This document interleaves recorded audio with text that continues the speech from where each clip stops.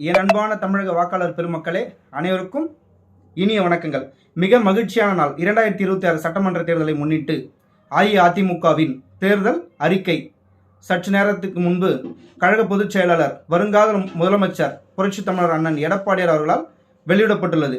அதில் பார்த்தீங்க அப்படின்னா, ஆட்சிக்கு வந்தவுடன் முதல் கையெழுத்தே பார்த்தீங்க அப்படின்னா, ஒவ்வொரு குடும்பத்திற்கும் சிறப்பு தொகையாக ரூபாய் 10,000 வழங்கப்படும்.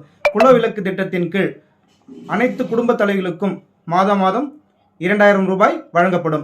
முதியோர் உதவித்தொகை ரூபாய் 2,000 அதிகரித்து தரப்படும். பயிர்க்கடன், கூட்டுறவு சங்கங்களில் உள்ள பயிர்க்கடன் முழுவதுமாக தள்ளுபடி செய்யப்படும்.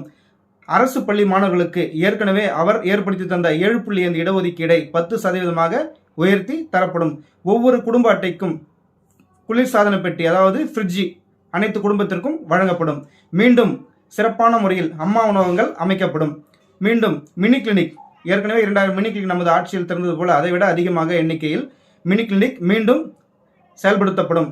மாற்றுத்திறனாளிகளுக்கு கூட்டுறவு சங்கத்தின் கடன்கள் தள்ளுபடி செய்யப்படும்.